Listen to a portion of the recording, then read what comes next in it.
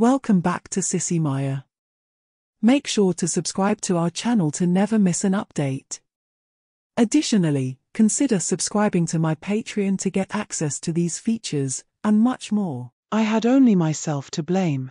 I've always had a mischievous streak, especially when it came to teasing my 18-year-old sister Jenny.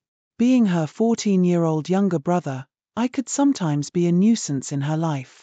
I couldn't resist any chance to have some fun at her expense, and it was inevitable that one day I'd go too far. That day came during an afternoon variety show at the local theatre, where Jenny was performing. She was set to sing on the good ship Lollypop as Shirley Temple, and she was very good. She looked adorable in her little white dress with puffed sleeves, a Peter Pan collar, and a big bow tied at the back. Her hair was styled in masses of ringlets just for the occasion. I saw this as an opportunity for a bit of mischief. Mom and I were attending the show, but we had to leave before the end to catch the last bus home. Jenny would find her own way home after her performance, possibly getting a lift from another cast member. We arrived early in town and had tea before the show. Mom noticed I had a folded plastic shopping bag with me, essential for my plan. "Oliver," she asked, "why did you bring a bag?" "We're not going shopping." "Oh, I thought we might," I fibbed. "Just in case." Before the show, Jenny went ahead to get ready while Mom and I took a short walk. The performance was a hit, but all I could think about was my sister in her cute dress and curls. I grinned, anticipating what I had in store. Shortly before the show ended, I discreetly made my way backstage to the communal changing room. I had been to rehearsals and knew my way around, so no one questioned my presence. Carefully, I gathered Jenny's clothes and stashed them in my bag, feeling satisfied with what I thought was a brilliant prank. As planned, Mom and I left the theatre before the performance ended, catching the last bus just in time. Back at home, Mom prepared dinner while I waited, feeling somewhat smug. 3 hours later, as dusk settled, Jenny stormed into the kitchen still dressed as Shirley Temple, her eyes blazing with anger. "I suppose you had something to do with this," she snapped at me. "Where the hell are my clothes?" Mom, taken aback, asked, "What do you mean, Jenny? You didn't walk all the way home like that, did you?" "Of course I did," Jenny replied angrily. "Thanks to this little troublemaker, I've never been so embarrassed in my life." Mom turned to me, demanding, "Did you do this, Oliver? Tell me the truth." Having had my moment of amusement imagining Jenny parading as a 6-year-old through the streets, I decided to confess. With a grin, I admitted, yes, it was me. I took her clothes so she'd have to walk home dressed as Shirley Temple. "I wish I could have seen it," I added with a giggle. "It's okay," I said, trying to appease Jenny. "I put your clothes on your bed. No harm done." "No harm done?" Jenny exploded.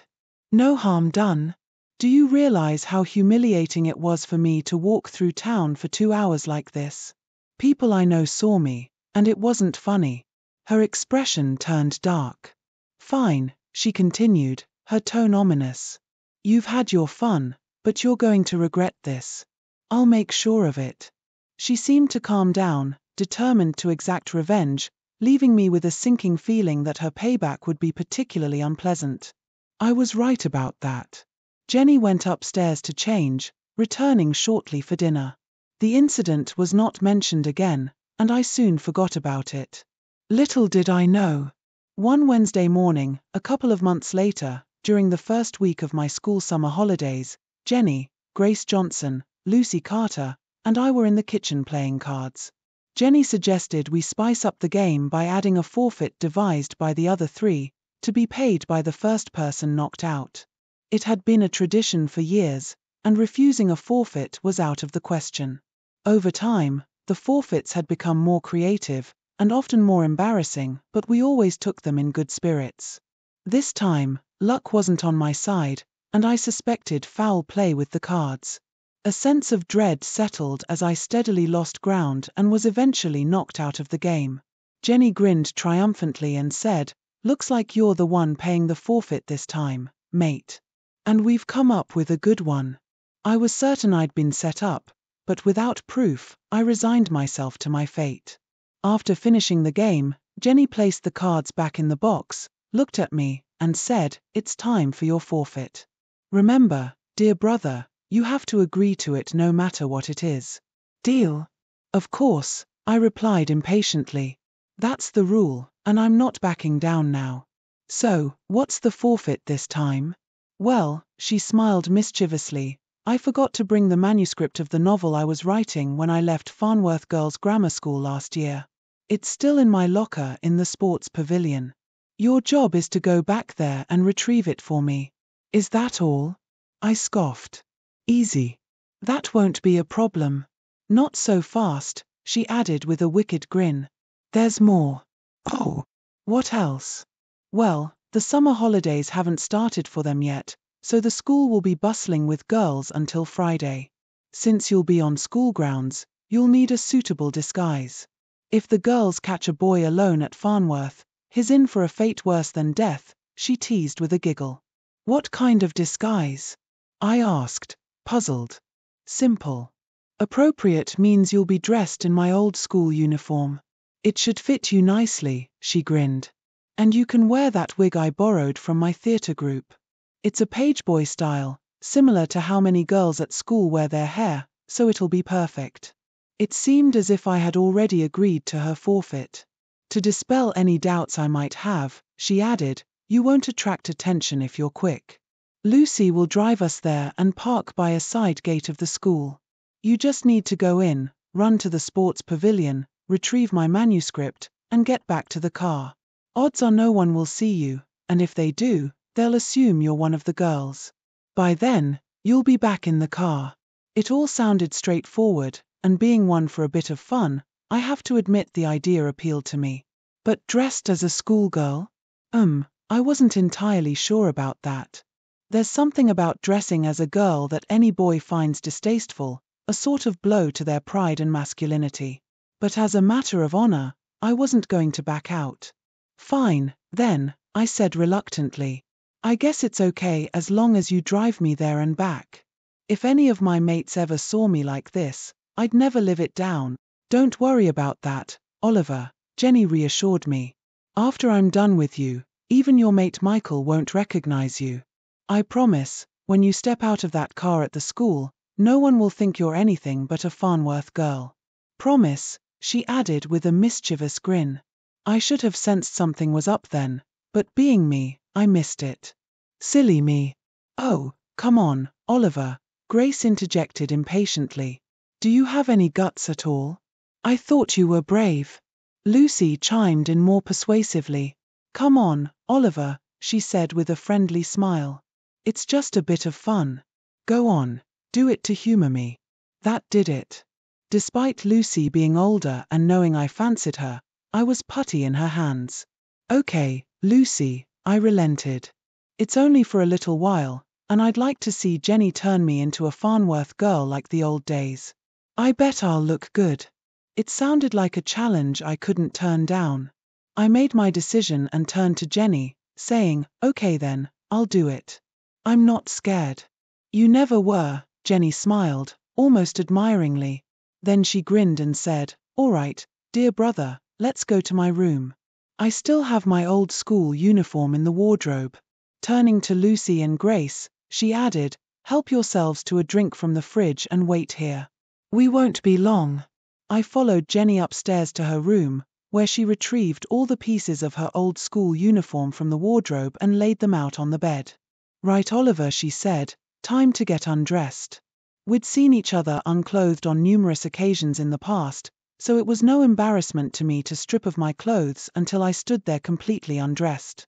Jenny looked at me, grinned, and picking up a pair of baggy green regulation school knickers, she grimaced and said I hated wearing these for 5 days a week. "Well, now you can try wearing them," she added with a grin. She held them open close to the ground and said, "In you get." I stepped into them, and she pulled them up my legs and around my waist. The unfamiliar tightness of 10 elastic around the waist and legs openings felt strangely restrictive. "Now then," she said with a smile, "let's give you a nice teenage figure, shall we?" She took a plain white teen first bra, and putting my arms through the straps, She stepped behind me and fastened the catch. Then she took 2 small socks and inserted them into the cups of the bra. She stepped back, smiled, and said, "There we are, a nice trim little bust but not too big. Now for your summer dress." She took the dress off its hanger, held it up and said with a grin, "Here you are, little girl, your regulation Farnworth school dress. Isn't it lovely?" She was being sarcastic, of course, because I knew she detested wearing it during her last years at school because she said it made her look like a 10-year-old. I could understand how she would have felt. It was a green and white check dress with a broad white collar and cuffs and short sleeves. A row of white buttons ran up the front to the neck, and round the waist was a belt with a white plastic buckle supported by 2 keepers on either side of the waist. But for its large size it could easily have passed for a primary school dress. Now it was my turn to wear it, and I gave a sigh of resignation as I looked at it. "I'm not going to enjoy this," I said with feeling, and my sister chuckled as she said, "Of course not. That's the whole idea of a forfeit. Now let's get you into it." She held the dress up and said, "Head and arms in," and I obediently put my head into it and my arms into the sleeves. Jenny quickly pulled the dress down around me and fastened the buttons up to the neck. Then she threaded the belt through the buckle, pulled it tight, and fastened a button at the end of the belt which prevented it from loosening. She pulled the hem of the dress down and made sure it hung neatly before she looked at me, smiled, and said, "Perfect fit. Could have been made for you. Now for your feet. Sit down." I sat down on a chair while she took a pair of white cotton ankle socks, drew them onto my feet, and turned the tops down neatly. Then came her school shoes, and again, I knew that their juvenile style had also been a source of annoyance to her. They were black T-bar sandals with straps that buckled at the side in much the same style as the sandals worn by little girls everywhere. She slipped one onto my right foot and fastened it on before putting the other sandal on my left foot. They fitted me comfortably, and it was quickly becoming apparent to me that I was almost exactly the size Jenny had been in her last year at school. "Looks good so far," Jenny remarked with satisfaction. "Now for your wig. This will really change your appearance." She took a wig on its stand from her wardrobe and placed it on the dressing table. "Come and sit in front of the mirror," she instructed. I got up and moved over to the dressing table, sitting down eagerly to see the transformation the wig would bring. Jenny brushed out the wig and advised, "Keep your head steady."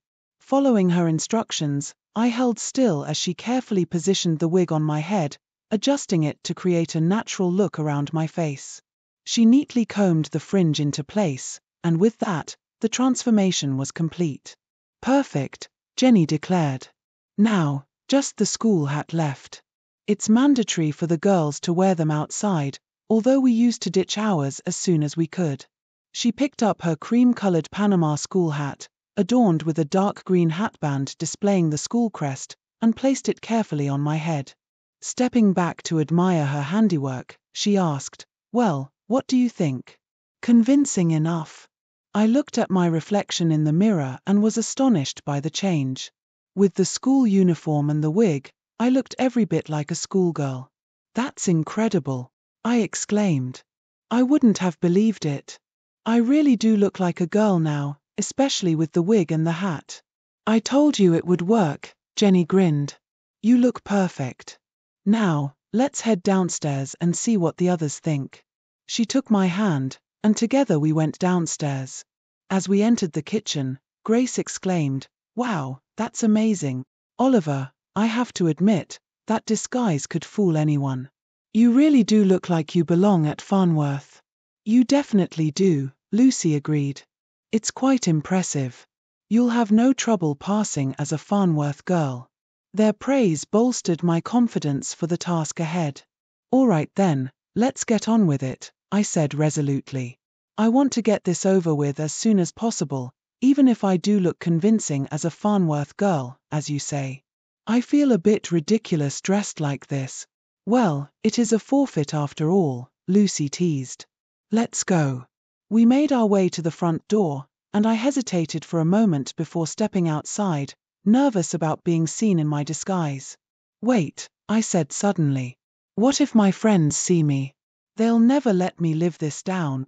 "Don't worry," Jenny reassured, taking my arm and guiding me outside. They won't recognize you like this. Besides, it's just a short walk to the car. The sooner we move, the sooner you'll be safely inside. I understood the reasoning behind it, so I dashed down the path and hurried to Lucy's car parked nearby. As soon as Lucy unlocked the door, I quickly slid into the back seat, trying my best to appear inconspicuous. The girls climbed in, and as Lucy glanced over her shoulder, she grinned and teased, "All set for school, little girl?" I blushed deeply as she chuckled, and the car pulled away from the curb. The drive to Farnworth Girls' Grammar School was short, about 10 minutes. When we arrived, Lucy drove down a road that bordered the school grounds, enclosed by a tall red brick wall. Eventually, we reached a small wrought iron gate leading to a playing field with the school buildings visible in the distance. Clearly, this was where I needed to enter the school grounds. Lucy parked the car, and Jenny guided me out, leading me to the gate. She pointed towards a wooden sports pavilion about 100 yards away. "There it is," she said. "That's your target. The girls are in class right now, so it should be quiet. My old locker is number 20. Just get in there, grab my manuscript, and return to the car. It shouldn't take more than 2 minutes." Encouraged by her assurance, I nodded. "Right," I replied, my heart racing. I opened the gate and entered the school grounds, glancing around to ensure no one was watching, despite feeling confident in my disguise. I hurried towards the pavilion, relieved when I reached the door and slipped inside. Inside, it was a typical sports pavilion with various equipment, a shower room, and a row of lockers at one end. I quickly located locker number 20 and opened it. To my surprise, the locker was empty. I double-checked the number on the door to confirm it was correct. It was indeed locker number 20. As I stood there, pondering my next move, I was startled by a loud girl's voice behind me. I spun around to find about half a dozen girls standing in the doorway, laughing uproariously as they saw me.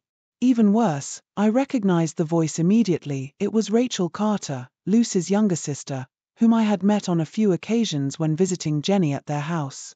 Sure enough, Rachel was grinning broadly as she teased, well, look at you, Oliver. You make quite the cute Farnworth girl. Why didn't you tell us you wanted to join us here? We could have arranged something with the boys' high school, I'm sure." The girls erupted in laughter as they entered the pavilion, surrounding me in an instant. Some of them were notably muscular, likely members of the school's rowing team, which made me nervous about their physical strength and what they might do next. I anxiously awaited their next move. "Now then," Rachel began, "the question is, what shall we do with you, Oliver? Don't worry, we've got something quite delightful planned for you." A sinking feeling gripped me as I asked, "Planned? You mean all of this was planned?" "Of course," she chuckled, "thanks to your sister Jenny. Remember how you embarrassed her a few months ago, making her walk home dressed as Shirley Temple?" Slowly, the pieces of this nightmare puzzle fell into place. "Yes," I admitted reluctantly, "I thought it was just a bit of harmless fun." "Well, Jenny didn't quite see it that way," Rachel explained. "Since then, she's been plotting her revenge, with a little help from me." "You're in on this too?" I asked incredulously. "Absolutely," Rachel confirmed. "I arranged everything here at school." "And did you fall for it?" "What do you mean?" I pleaded desperately. "What are you planning to do to me?" Rachel giggled mischievously, her eyes sparkling. "Wouldn't you like to know? For starters, you'll be staying right here until school lets out at 3:30 this afternoon." "Oh, really?" I retorted defiantly. "You think I'm just going to wait here for you to come back and carry out whatever scheme my sister has in mind? You've got another thing coming." "Don't be so sure," Rachel smirked, producing a pair of handcuffs from her blazer pocket and dangling them teasingly in front of me. "Recognize these?" she grinned. "Jenny borrowed them from your room, thinking they might come in handy for keeping you in line." And she was right. Turning to the others, she instructed, "All right girls, against that post, hands behind his back." Before I could react, two of the stronger girls seized my arms, applying painful locks that forced me against a support pole. They swiftly secured my hands behind the post. Rachel stood behind me, and within moments, the cold steel of the handcuffs clicked ominously around my wrists. Once I was restrained, she stepped in front of me again, smiling as she remarked, "There we go, that should keep you in check. I don't think we'll be needing that wig anymore." With a swift motion, she removed my wig and school hat, grinning broadly. "Much better. Jenny suggested the wig to trick you into risking it, but it made you look too much like a girl, which wasn't her plan. Now, with your short hair, everyone can see you're a boy, which is crucial for Jenny's scheme." "What scheme?" I asked, my heart sinking further. "Ah," she grinned knowingly, "first things first, you'll be staying right here until 3:30 when school lets out. And just so you know, you can scream for help all you want, but we're far enough from the school buildings that no one will hear you. After school, we're taking you into town on the bus with the rest of the girls. You can mull that over while we're in class for the next couple of hours. And while you're standing there, you can admire the sweet little schoolgirl in the mirror, can't you?" I glanced at my reflection in the mirror, realizing that I would be constantly reminded of my humiliating appearance every time I looked at it. With giggles and waves goodbye, the girls filed out of the pavilion, leaving me alone and helpless as Rachel shut the door behind her. As their voices faded, I pulled against the handcuffs in frustration, groaning at my humiliating reflection. Despite my efforts, I couldn't help but frequently gaze at myself with a mix of horror and fascination. Resigned to my situation, I ceased struggling, knowing I wouldn't be going anywhere until Rachel and the others decided to release me. The thought of what awaited me then was something I preferred not to dwell on. Time dragged on, and I slipped into a half-doze until the school bell jolted me back to full awareness, signaling the end of afternoon classes. My heart pounded as I realized the next phase of my humiliation was about to unfold. The door creaked open after a few moments, and Rachel, Lucy, and the other girls, totaling about 8, entered.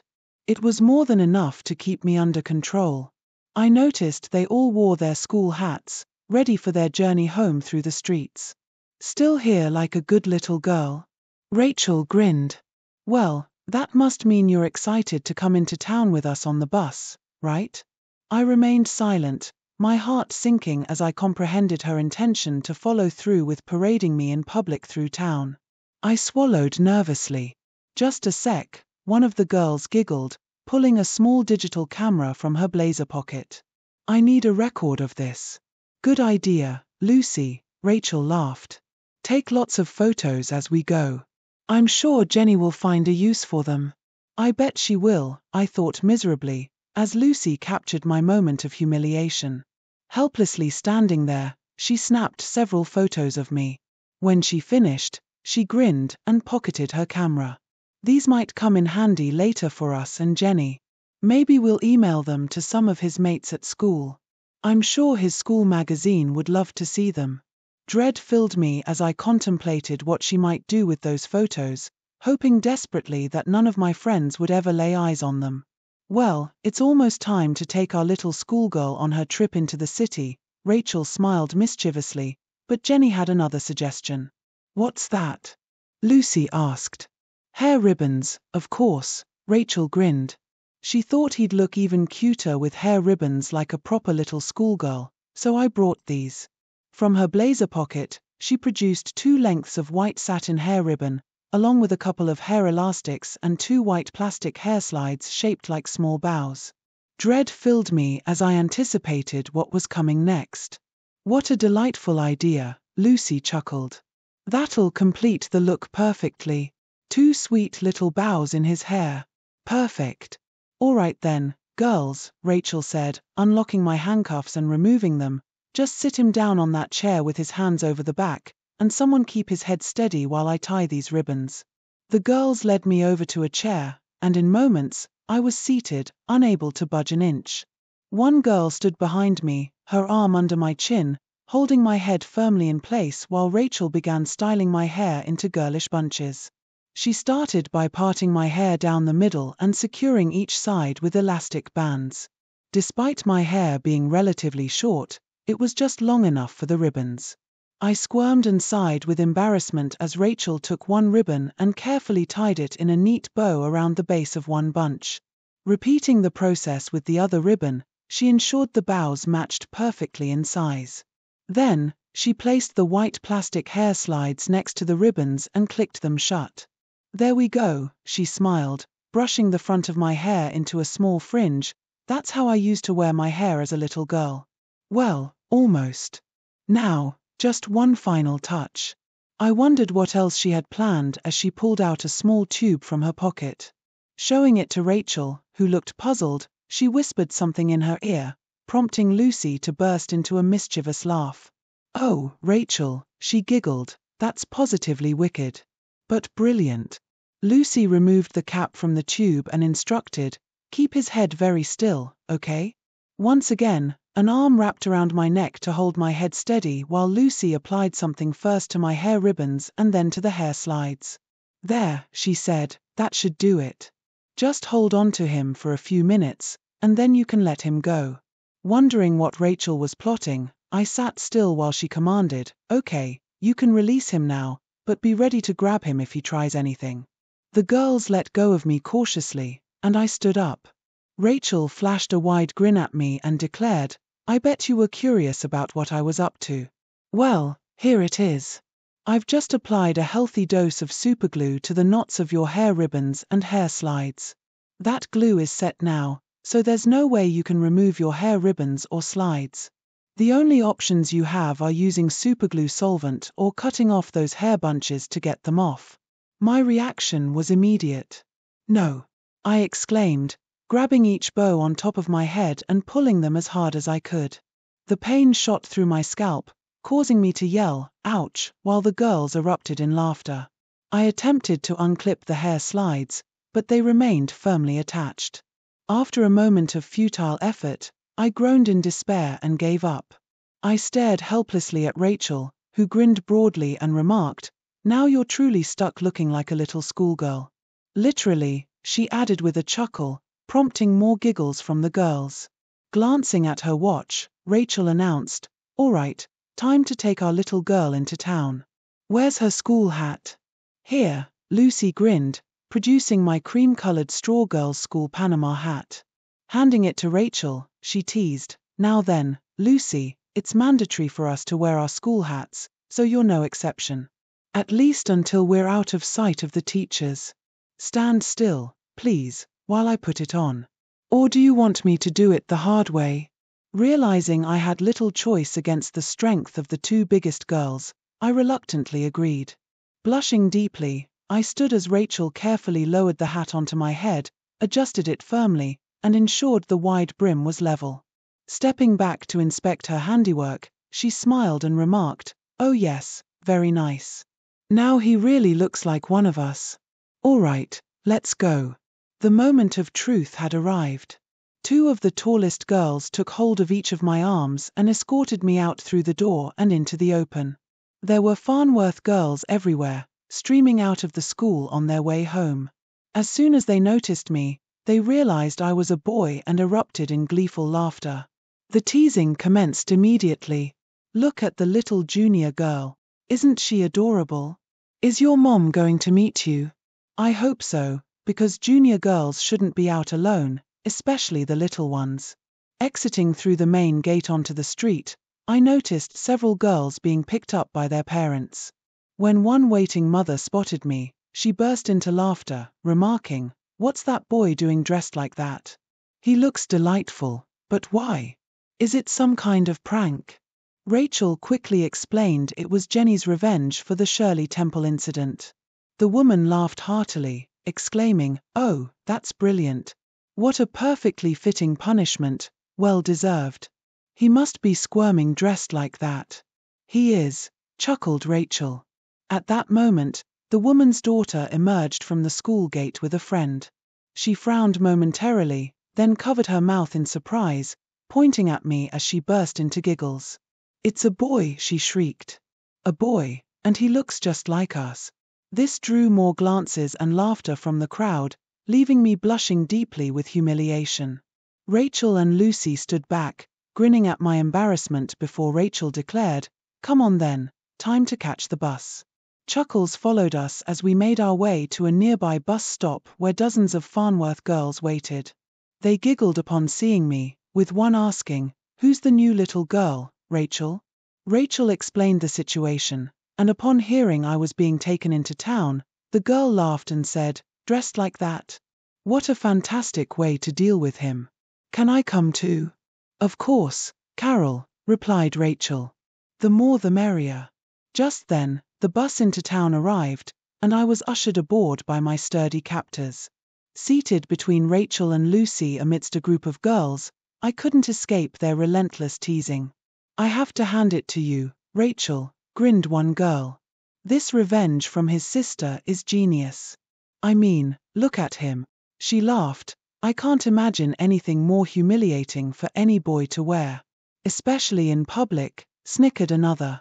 "I just adore his school hat," giggled a third girl. "It makes him look so sweet." "It really does," agreed Rachel. "But if you think the hat's sweet, check this out." Before I could protest, she swiftly removed my hat, sending the girls into fits of laughter. "Oh, that's priceless," one exclaimed. "Hair ribbons. Doesn't he look precious?" "You mean she looks precious," corrected Lucy. During the 20-minute bus ride to the town center, the girls mercilessly teased me, fully aware of my previous comments about them resembling little girls.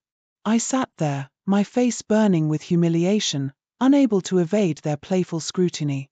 We arrived at the town center, where the girls discarded their school hats, but Rachel tucked mine, along with hers, into her school bag to ensure my hair ribbons were prominently displayed. As they ushered me off the bus and onto the bustling pavement of a busy shopping precinct, I couldn't help but gulp, anticipating what might come next. "Okay," Rachel announced, "let's show off our little schoolgirl, shall we?" They strolled leisurely through the pedestrian precinct, parading me in full view of everyone.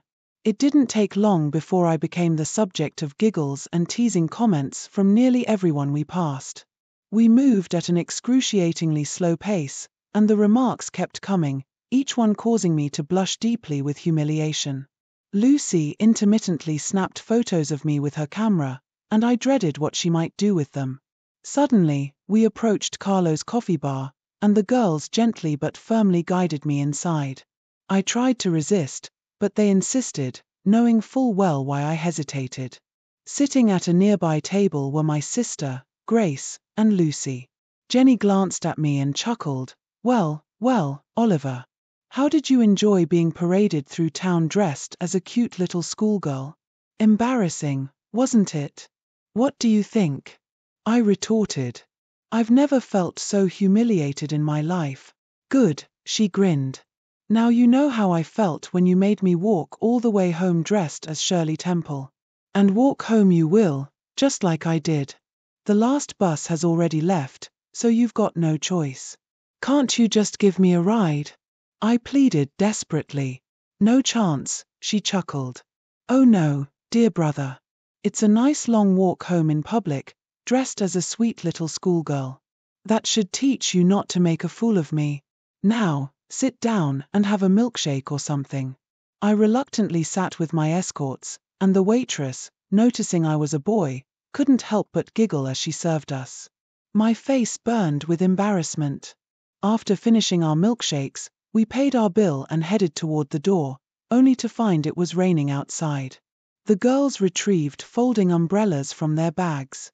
Jenny and her friends had waterproof jackets, and my sister grinned as she produced something from her bag. "I anticipated this rain," Jenny said, holding out a raincoat. It was unmistakably the one she wore as a child, and I knew it would fit me. Dread filled me at the thought of wearing her raincoat home. Jenny shook out the raincoat, and Rachel and her friends giggled when they saw it. "Perfect for a little girl, isn't it?" Jenny remarked with a grin. Unfortunately, it truly was. The raincoat was a white, translucent plastic mac typically worn by young girls.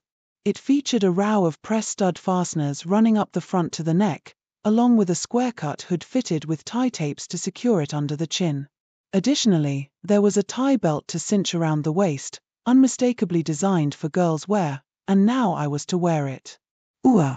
All right, my little schoolgirl sister, Jenny smiled, holding the raincoat out for me to put on. Arms in. With little choice, I sighed resignedly and slipped my arms into the sleeves. Jenny pulled the Mac up onto my shoulders, fastened the press studs up to my neck, and then tightened the belt around my waist, tying it securely in a non-slip bow at the front. Now then, she grinned, we wouldn't want those pretty hair ribbons to get wet, would we? Up with your hood. She pulled the hood over my head and tied the tapes under my chin in a bow, pulling it snugly forward. I peeked out from under the hood and blushed deeply as the girls burst into laughter. Oh, isn't he adorable, giggled Rachel. Now he really looks like a little girl, but not entirely, grinned Jenny.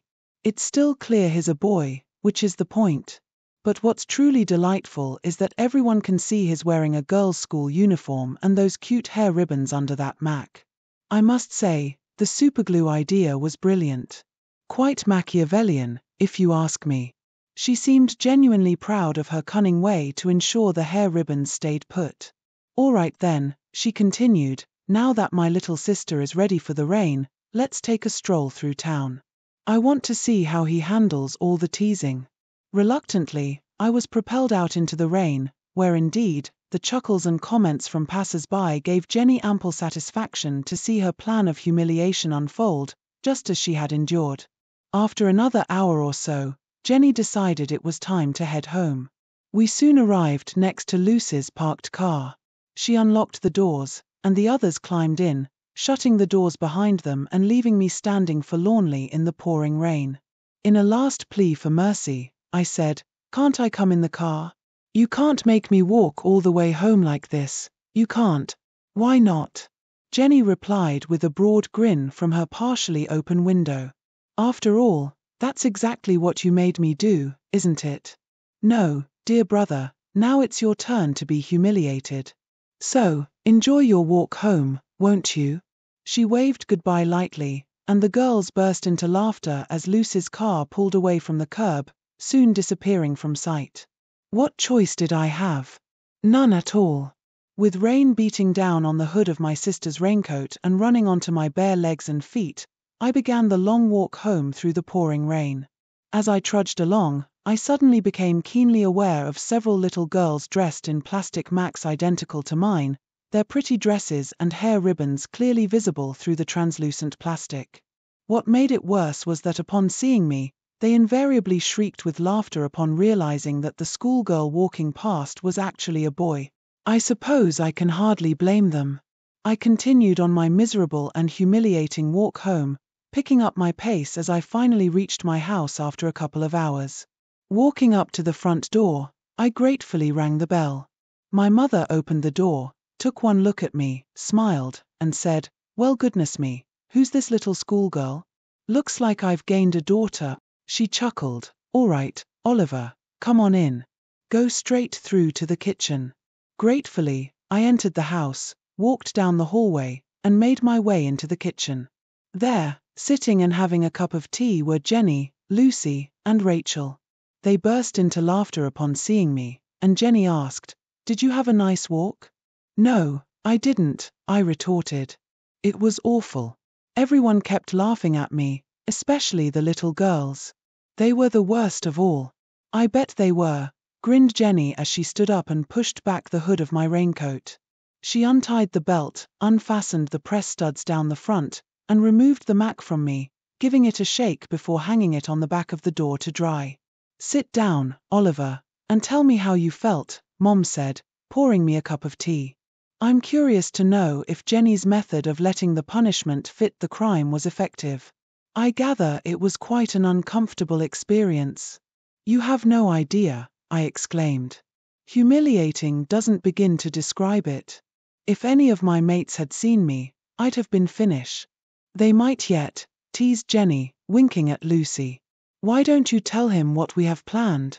Lucy giggled, placing her camera on the kitchen table and explaining, well, Oliver, Jenny has decided it's time to put an end to your pranks at her expense. If you ever try anything to embarrass her again, These lovely photos of you as a sweet little schoolgirl will find their way to both your friends and, best of all, the editor of your school magazine.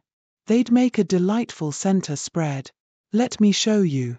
Ensuring I couldn't grab the camera, Lucy turned it around so I could see the screen. She scrolled through a series of photos showing me dressed as a Farnworth Girls' Grammar School girl. I paled at the thought of what she could do with them, realizing they had me completely at their mercy. When the slideshow ended and Lucy pocketed her camera, I turned to Jenny and sighed, "All right, sis, you win. Call it blackmail, but okay, you win. Now, can you help me out of this school uniform, please?" "Not yet, young man," grinned Mum. "I want to savor this moment, so you can spend the rest of the evening in Jenny's school uniform. I'll remove those ribbons and change your clothes before you go to bed. Until then, you'll stay like that." And that was that. Lucy and Rachel stayed for dinner, spending the evening with us. As I sat on the sofa in the lounge, watching television, Rachel kept casting sidelong glances at me and giggling. She certainly found ample amusement at my expense that day. Eventually, they left, and at long last, I went up to my room. Mum carefully removed the humiliating hair ribbons and changed my clothes. I breathed a sigh of relief as I finally stepped out of the school uniform and gratefully put on my pajamas. After brushing my teeth, I climbed into bed. As I lay there, Mum said, "Well, there you go, Oliver. Now you understand what happens when you try to outwit your sister. She's older and sharper than you are, and with those photos hanging over your head like the sword of Damocles, I suggest you give up your pranks in the future." And you know what? I did. Jenny kept a set of the photos, and Rachel even emailed me a copy for my own records.